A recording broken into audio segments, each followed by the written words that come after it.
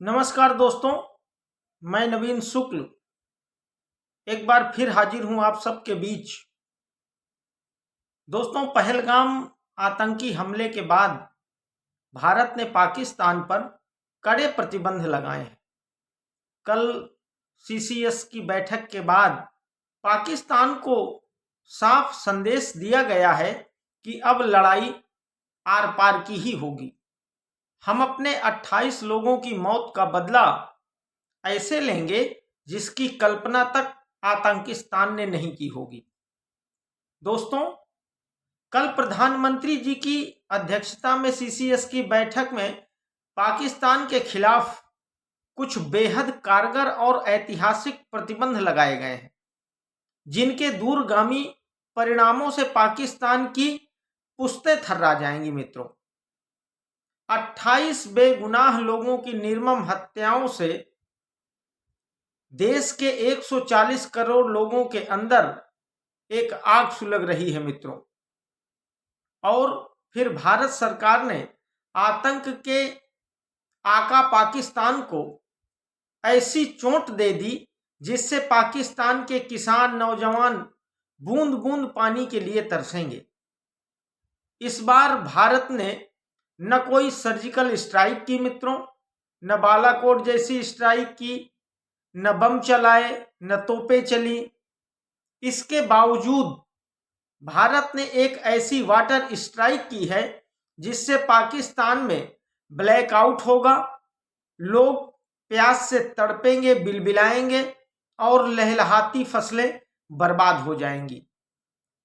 जब से भारत ने सिंधु जल समझौता रद्द किया है मित्रों, तब से पाकिस्तान बेहद बिलबिलाया हुआ है, क्योंकि वह जानता है कि तुरंत इस फैसले का कोई नुकसान भले न दिखे, लेकिन भविष्य में पाकिस्तान में पानी की भारी किल्लत हो जाएगी। लोग एक एक बूंद साफ पानी के लिए तरसेंगे, फसलें नष्ट हो जाएंगी, नौकरियां खत्म हो जाएंगी, लोग भूखों मरने लगेंगे, बिजली का उत्पादन ठप हो जाएगा, जिससे पाकिस्तान के कई बड़े बड़े शहरों में ब्लैकआउट हो जाएगा। कुल मिलाकर इस फैसले से संपूर्ण पाकिस्तान का भविष्य में विनाश होना तय है। मित्रों, अब भारत ने एक ऐसा युद्ध शुरू किया है जहां गोली नहीं चलेगी, लेकिन प्यास की तड़प से लोग मरेंगे।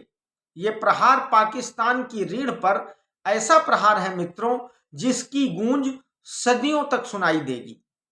दोस्तों, आज पाकिस्तान ने सारी हदें पार कर दी हैं, वरना मानवता के लिए ये जल समझौता तो हमने तब नहीं तोड़ा जब 1965 और 1971 में भारत पाकिस्तान के बीच युद्ध हुआ था, जब 1993 में पाकिस्तान ने मुंबई में हमला करवाया था, जब 2001 में पाकिस्तान ने संसद भवन पर हमला करवाया था, और मित्रों जब 26/11 को पाकिस्तान ने एक इतना बड़ा नरसंहार करवाया था।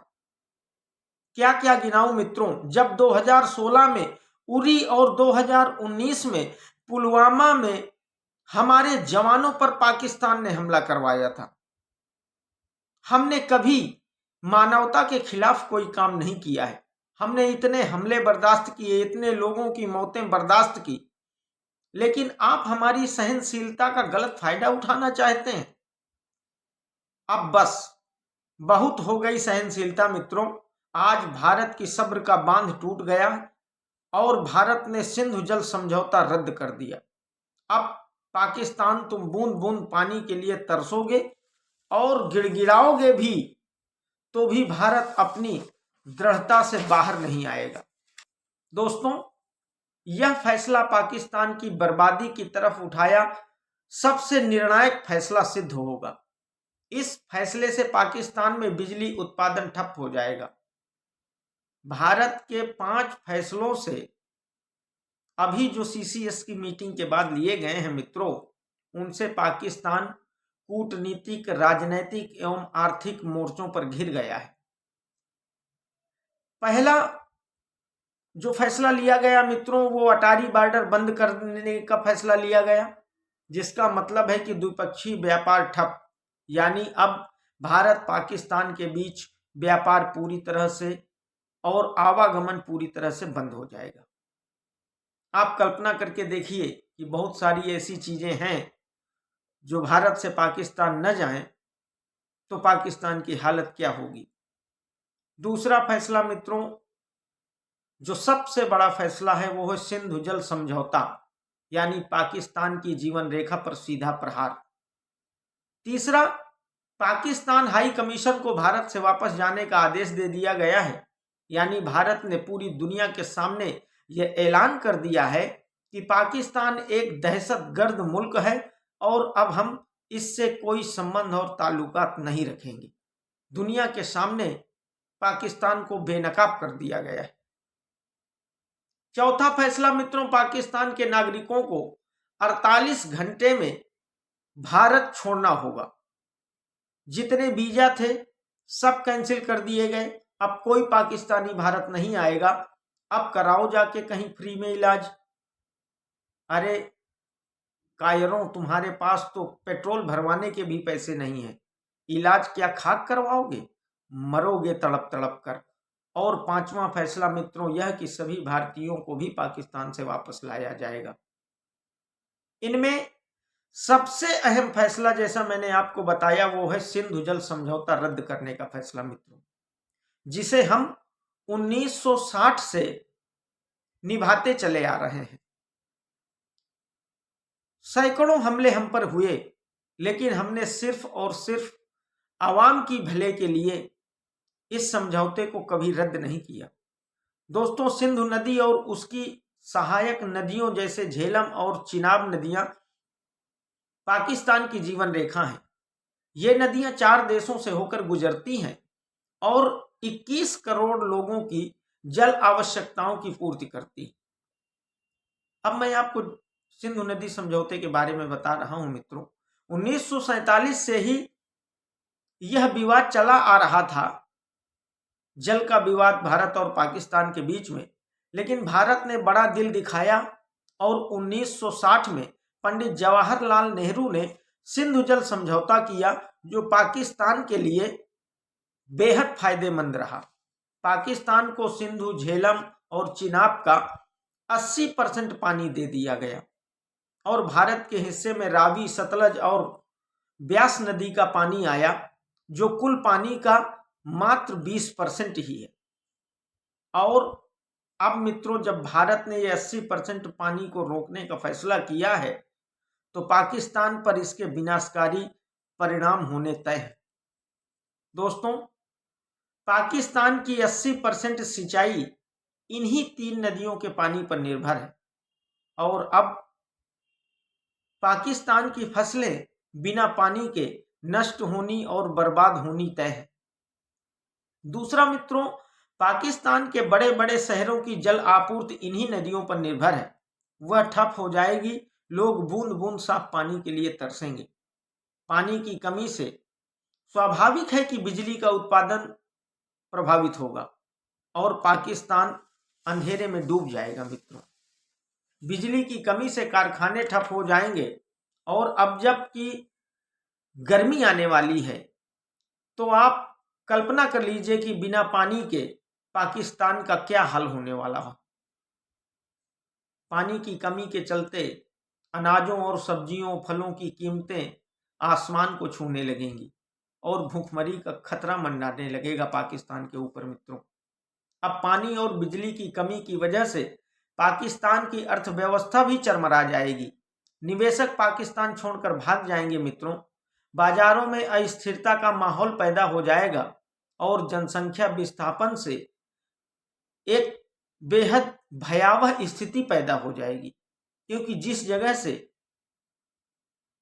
जनता निकलकर, जहां पानी की कमी होगी, बिजली की कमी होगी, खाने की कमी होगी, वहां से जनता निकलकर दूसरे शहरों पर जाकर बसेगी, तो उन शहरों की भी व्यवस्था चरमरा जाएगी और फिर पाकिस्तान की जनता सरकार के विरोध में सड़कों पर आ जाएगी।